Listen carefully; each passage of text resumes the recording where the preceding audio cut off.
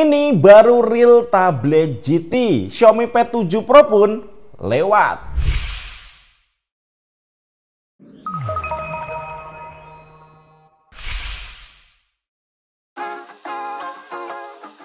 Hai guys, dengan saya Ade, akhirnya nemu juga nih tablet yang layak dikasih nama GT.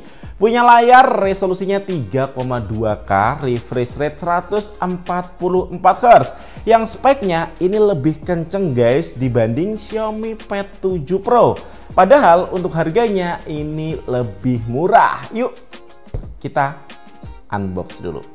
Oke, jadi ini dia produknya. Untuk boxnya ini terlihat rame guys ya. Di sini tertulis Xiaoxin, kayak ada robotnya gitu guys, mungkin maskotnya Xiaoxin gitu ya. Dan di sini juga tertulis kalau tablet ini dari brand yang bukan kaleng-kaleng ya, Lenovo. Untuk di bagian belakangnya di sini polosan aja ya, ini masih segel, masih plastikan juga. Di sini tertulis kalau tablet ini support dengan Dolby Vision dan juga Dolby Atmos, tersertifikasi dengan Wi-Fi 7 juga. Yang untuk RAM-nya sendiri guys, di sini tertulis kalau RAM-nya ini yang 8 GB dengan internal storage di 256 GB. Dan yuk langsung aja kita unbox ya. Jadi ini masih segel, masih plastikan. Langsung aja kita buka. Oke. Ini masih segel Lenovo ya. Kita buka aja. Dan yuk langsung kita cek dapat apa aja di dalam boxnya. Ya. Nah, jadi pertama di sini disambut sama unit tabletnya. Nanti kita bahas lebih lengkap. Kita cek dulu ya untuk kelengkapannya. Oke, pertama ada adapter charger dengan output di 68 watt. Terus ada kabel ya, ini USB-C to USB-C. Dan di sebelah sini ada buku panduan singkat sama kartu garansi. Dan yuk kita lihat untuk tabletnya. Untuk feel-nya sendiri ini berasa premium guys ya, tapi tipis. Kita langsung buka aja nih, gimana nih bukanya. Oh nih. Oke, kita lepas dulu. Ternyata cakep guys. Widih. Jadi untuk feel-nya sendiri ini solid ya, materialnya dingin. Jadi ini metal. Tertulis Lenovo. Ini benar-benar beda jauh ya sama Lenovo tablet yang biasa kita bahas tuh harga 2 jutaan. Ini feel-nya benar-benar solid dan asli ini tipis banget guys ya. Untuk di sini ada kamera. Kayaknya ada 2 kamera ya, sama ada lampu flash di sini. Terus ini landscape kayak gini ya dipakainya. Di sini ada speaker nih, ada 2 speaker, ada tombol power, ini Dolby Vision dan juga Dolby Atmos. Di sini ada tombol volume, lubang mic, sama ini apa ya? Nanti kita coba lihat ya. Dan di sini ada 2 speaker lagi, ada lubang mic sama USB-C.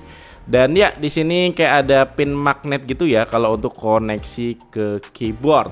Dan yuk langsung aja kita coba nyalain.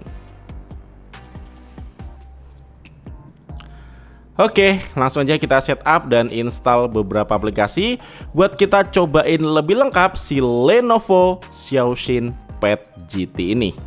Yuk. Nah, desain tabletnya sendiri serius ya, warna dan feel-nya ini premium banget dengan metal body. Dan walaupun mengusung nama GT, tapi emang desainnya elegan ya, nggak ada kesan gamingnya. Nah, ini tipis banget, cuma di 5,99 mm dan juga ringan ya. Bobotnya nggak sampai 500 gram, so nyaman aja dipegang pakai satu tangan, nggak cepet pegel. Padahal layarnya ini besar guys, ukurannya di 11,1 inch IPS dengan resolusinya 3,2K ya, 3200 kali 2000 pixel dengan refresh rate 144Hz. Untuk kecerahannya ini di 800 nits, so udah sangat nyaman dipakai di dalam ruangan. Nah, kalau untuk style musik atau multimedia ini juga suaranya mantep banget, berasa ada bassnya ya. Terlebih juga udah Dolby Atmos, so udah seperti speaker di tablet flagship.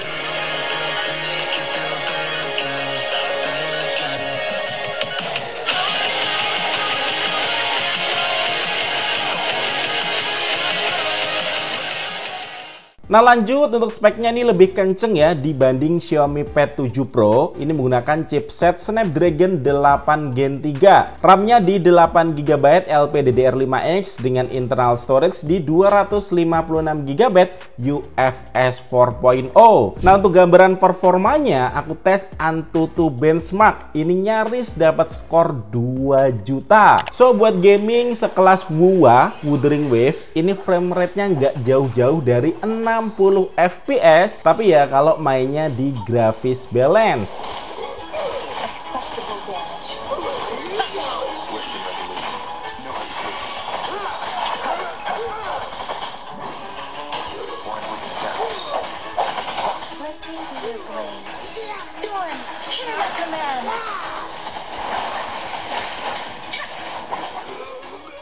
Nah main WUWA sejam suhunya lumayan panas guys ya, jadi bagian depan di 47-an derajat Celcius dan sama di bagian belakang juga 47-an derajat Celcius. Ini wajar ya, karena emang gamenya terlalu berat nih. Nah kalau untuk PUBG Mobile ini bisa dapat frame rate Extreme Plus 90 fps. So untuk PUBG Mobile ini bisa lancar dan nyaman banget, yang tentu aja ada gyroskopnya juga.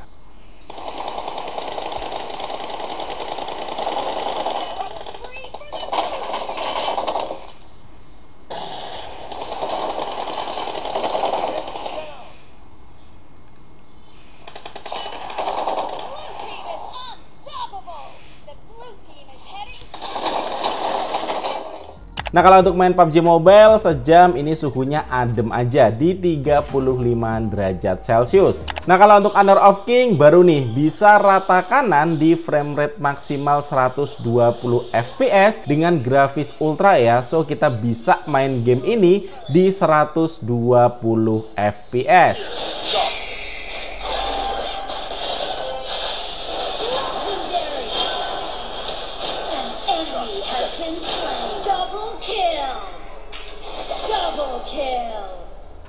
Atau kalau mau main game yang santai sambil connect ke monitor juga bisa ya, karena USB Type-C-nya ini support untuk display out. Nah kalau untuk OS-nya sendiri guys, ini menggunakan ZUX OS 1.1 ya. Ini berbasis Android 15 dan ya udah mateng guys untuk OS-nya. Di sini ada beberapa fitur yang emang untuk tablet ya, seperti split screen. Ini untuk buka dua aplikasi bersamaan ya, yang mana kita juga bisa atur untuk ukurannya. Nah ini bisa juga untuk PC mode, jadi untuk kerja atau multitasking lebih nyaman ya pakai mode ini, apalagi kalau kerjanya pakai keyboard dan mouse. Dan PC modenya tadi kita bisa pakai ke monitor ya, jadi di tabletnya ini tuh tampilannya tetap Android, tampilan tablet, tapi ketika dikoneksikan ke monitor, monitornya PC mode.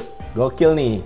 Nah lebih lengkap lagi sebenarnya ini dilengkapi dengan pensil ya. Di atasnya nih ada koneksi ke pensilnya. Yang untuk di bawahnya ini ada pogo pin ya untuk koneksi ke keyboard. Ya sayangnya kita belum bisa cobain lebih lanjut karena untuk keyboard dan juga pensilnya ini dijual terpisah. Lanjut ada fitur Smart Connect. Ini satu ekosistem fitur yang sama dengan Motorola. Jadi kita bisa jadiin tablet ini layar kedua untuk laptop. Atau sebenarnya kalau misalnya HP kita Motorola nih, kita bisa nampilin layar HP ini ke tablet. Cuma sayangnya lagi nggak pegang HP Motorola juga, so kita belum bisa tes lebih lanjut fitur ini. Nah tablet ini sebenarnya juga banyak fitur AI-nya, cuman sayang untuk AI-nya ini berbahasa China. Nah lanjut untuk baterainya sendiri guys, ini emang nggak bisa dibilang besar ya untuk ukuran tablet 11 inch. Jadi baterainya ini di 8860 mAh, yang berdasarkan pengetesan saya main WUWA 1 jam dia berkurang 25%. Kalau main Honor of King yang 120 fps itu sejam berkurang 18%. Sedangkan kalau cuma untuk nonton YouTube ini sejam berkurang 6% aja. Nah untuk chargingnya sendiri ini di 68 watt fast charge ya. Kita udah dapet chargernya tadi, dimana untuk ngecharge 80% butuh waktu 40 menit aja. Oke lanjut buat konektivitasnya sendiri, dia udah WiFi 7 ya, udah terbaru. Cuman sayangnya ini nggak ada varian selulernya. Dan jangan lupa guys, tablet ini juga punya kamera ya. Jadi kamera belakangnya ada 13 MP megapiksel plus 2 megapiksel dengan kamera depan 13 megapiksel. Dan berikut untuk hasil foto dan videonya.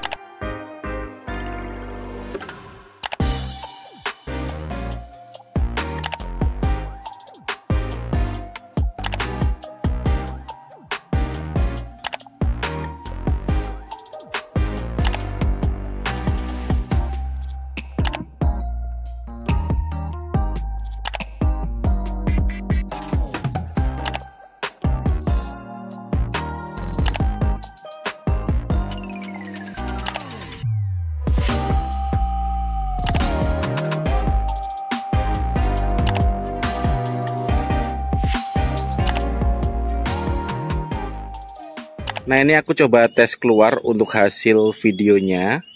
Karena cukup menarik nih guys ya. Jadi tablet dengan ukuran 11 inch. Tapi untuk kameranya dia bisa punya hasil yang bagus ya. Warnanya cakep nih. Dan kalian tahu untuk resolusi videonya ini up to resolusi 4K ya. Makanya detailnya bisa secakep ini. Nah, untuk kamera depannya juga gokil guys ya. Nggak nyangka. Jadi untuk resolusinya ini juga bisa resolusi 4K ya. So untuk kamera depan tablet ini dipakai untuk apa nih? Meeting online atau video call. Hasilnya udah sangat-sangat bagus ini mah. Nah, ini aku coba di dalam ruangan guys ya. Dan ya seperti ini hasilnya. Dengan resolusi 4K, detailnya, warnanya ini bagus guys. So kita dapat kesan profesional ya. Misalnya dipakai untuk meeting online. Nah, untuk kesimpulannya, jujur tablet ini tuh punya feel tablet flagship ya. Dari desainnya, tipis, layarnya juga keren banget nih, 3,2K, resolusi 144Hz. Dan untuk speakernya ini juga udah Dolby Atmos. Kalau untuk performanya sendiri, ini pakai Snapdragon 8 Gen 3 yang Antutunya tuh hampir 2 juta. Ini lebih kenceng ya dibanding Snapdragon 8S Gen 3 di Xiaomi Pad 7 Pro. Padahal harga Xiaomi Pad 7 Pro itu di 7,5 juta, sedangkan ini lebih murah, harganya cuma 6,8 juta. Cuman emang ini nggak masuk resmi Indonesia guys ya. Kalau misalnya nih masuk resmi, Xiaomi pasti lewat. Nah, untuk link belinya ada di deskripsi video atau boleh cek tag produk YouTube Shopping di bawah. Oke, sekian dari CAD. Thank you buat kalian yang udah nonton video ini sampai habis. Kita ketemu lagi di video selanjutnya. Yuk.